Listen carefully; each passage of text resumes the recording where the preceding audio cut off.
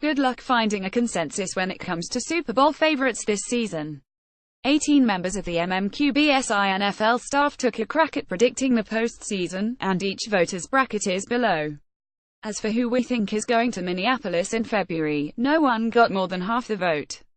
AFC champion Patriots 9 votes, Chiefs 5, Steelers 4, NFC champion Eagles 9, Seahawks 4, Rams 2, Vikings 2, Saints 1, Super Bowl 52 champion Eagles 4, Patriots 4, Steelers 3, Chiefs 2, Rams 2, Vikings 2, Seahawks 1. I am all in on the Rams, which can be pretty dangerous. The franchise hasn't finished over .500 since 2003. Their coach just began shaving in May. Also in May, their quarterback looked like a bust. But I see what I see.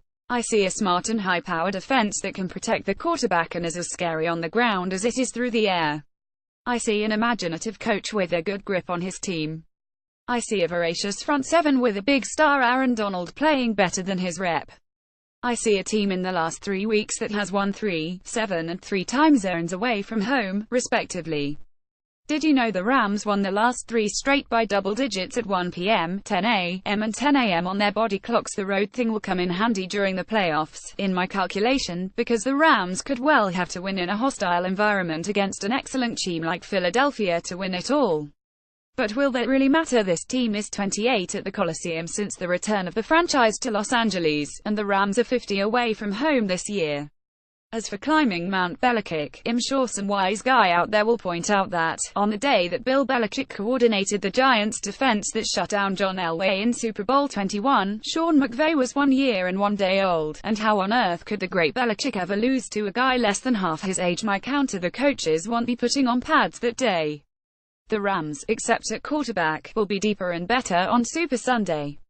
Yes, the Steelers have had drama with Ben Roethlisberger and Antonio Brown, and Martavis Bryant, and that has completely overshadowed what has developed over the last 2 months. Mike Tomlin has his most complete team since he and the Steelers went to the last Super Bowl 7 years ago. Before the Eagles' win against the Broncos, we wandered the tailgates outside for our Football in America series. We found exactly what you'd expect in Philly hardcore fans who believe this really, finally could be the year, but also are waiting for the proverbial other shoe to drop. That early 2000s run of 3 straight losses in the conference championship and then a loss in the Super Bowl still stings. But, at the midpoint of the season, the Eagles are the best team in football, with a young quarterback who is playing beyond his years, talent in all 3 phases of the game, and a tight-knit locker room with leaders of all ages. The Patriots do a better job than anyone masking and overcoming their weaknesses, but if the Eagles get a Super Bowl 39 duva, a depleted New England defense will have trouble stopping Wentz and co.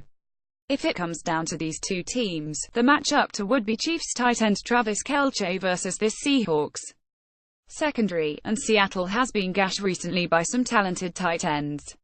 It bet on Cam Chancellor, Earl Thomas, Bobby Wagner and Richard Sherman to remedy this by season's end.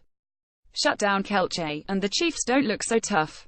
This most unpredictable NFL season yields a similarly unusual playoff bracket, with the NFC half particularly strong from top to bottom. You could make an argument for half a dozen teams as the best bet to win the Super Bowl. But here's the smartest thing: bet on the Patriots.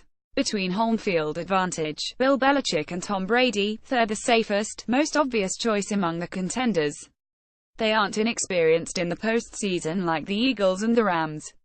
Their defense is playing better. And if none of that is compelling enough, just remember Brady.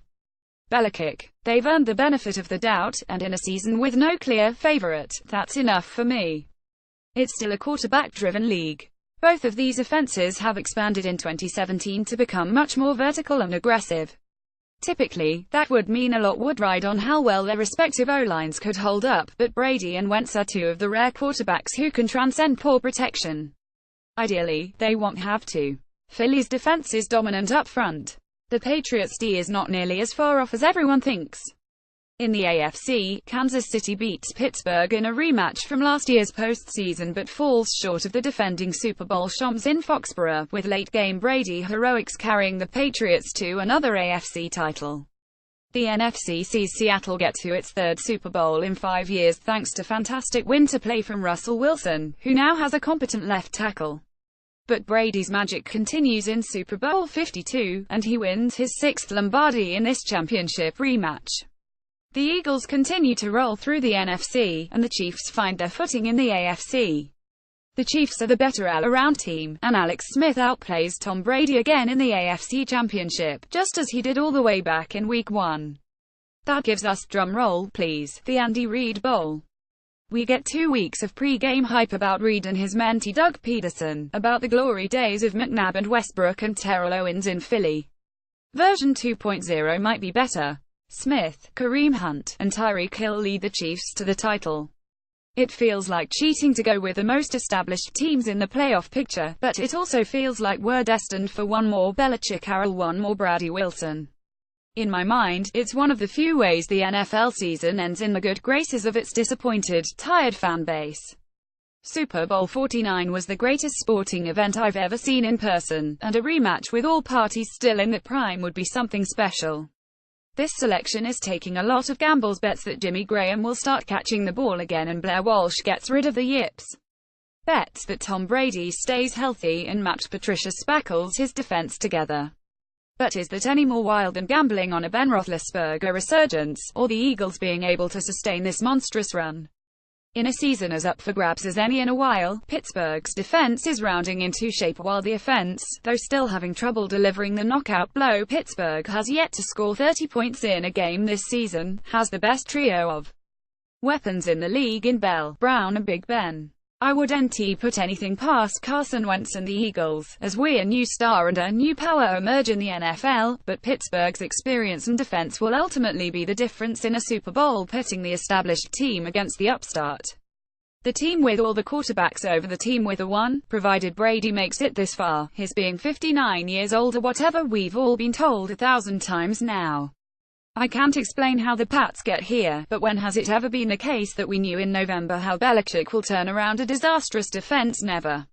Okay, really am just going all in on Zimmer's D, which would have to stop Russell Wilson, Drew Brees and Brady in the scenario I paint. That, and I don't trust a single team out there. None of them. I can't not pick the team currently boasting 8 wins to go all the way.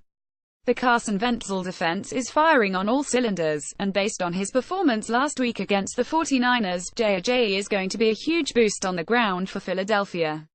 The only thing that we know about the AFC right now is the fact that the Patriots and the Steelers are the heavy favorites to appear in the championship game.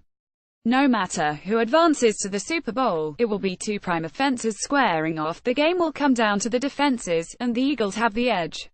It has been the year of the Eagles from the start.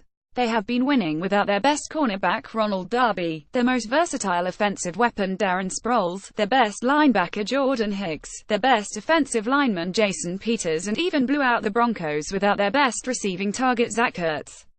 They have a top 5 defensive line, a top 5 offensive line and a top 5 quarterback. They have beaten teams on subpar offensive days and on subpar defensive days, and have blown teams out when both have clicked. And Doug Peterson has Andy Reid's creativity with a freshness to it that is fun too. In one of the more stunning turnarounds in NFL history, they are the team to beat, and it doesn't even look particularly close at this point. I almost picked the Patriots simply because I still really don't want to bet against Tom Brady and Bill Belichick. But are they a better team than the Steelers or the Chiefs or the Eagles? No, they are not. So I'm going to go with logic over instinct. Andy Reid has created one of the more dynamic and exciting offenses in the league this year, matched only by Doug Peterson and the Eagles. We would get Reid exercising old demons and beating the team that fired him. We would get Alex Smith completely rewriting the narrative on his career. We would get Travis Kelce end zone dances and Kareem Hunt doing Kareem Hunt things. This is the fun Super Bowl that the NFL needs to save what has been an incredibly not fun season. As it stands, only a handful of teams have shown the ability to play complete football on both sides of the ball. The Steelers are actually not one of those teams. They're 20th in points per game and have yet to score more than 26 in a single contest. But I expect Ben Roethlisberger and his many weapons to hit their stride at the right time. And I'm more comfortable penciling 2 Hall of Fame quarterbacks into the Super Bowl rather than a couple second-year surprises. After the Eagles demolished Denver, 5,123 in Week 9, cornerback Jalen Mills checked his phone at locker. He had a text from his grandma, Wanda Lewis, ing from Dallas. Did Denver forget to show up to work today? Granny Wanda is an astute observer, and though Denver is not top competition by any means, Philadelphia has been football's most consistent team this season. This is finally the Eagles' year to win it all. They've got a great one at the most important position in Carson Wentz, and are complete in all three phases of the game. Halfway through the season, the Eagles own the best record in football, and I don't think they'll tail off in the second half. And a side note, those Super Bowl viewers who are torn as to who to root for can just cheer "Ghost Eagles," a nod to the temporary merging of the teams during World War II. How fun! The NFC divisional matchup between the Cinderella Los Angeles Rams and the 151 juggernaut Philadelphia Eagles is the true Super Bowl 52. Goff's Rams edge Wentz Eagles in an all-time classic. Old man Drew Brees' last best shot at a title ends in a half-empty Los Angeles Coliseum. The Kansas City Chiefs grind through 3 tough playoff games, overcoming the Bills, Steelers and the Patriots. Weary from the cold and brutal road to the Minneapolis, the Chiefs fall short and the unseeded Rams franchise wins its first Lombardi Trophy since 1999, and Tinseltown is now home to the Oscars and the 2017 Super Bowl Shams. Just imagine what will happen once they've finally settled the QB situation 2 months from now. The Vikings have been cycling through passes, and it hasn't mattered because this defense is so good, not to mention, the improved defensive line and sneaky good receiving core has been more than good enough. In January, Xavier Rhodes confirms his standing as football's best cornerback by putting the clamps on Michael Thomas, Des Bryant and showing off his diversity after shutting down 2 big guys, speedster Brandon Cooks. Meanwhile, Everson Griffin, Danielle Hunter and co. overwhelmed Tom Brady's shaky protection.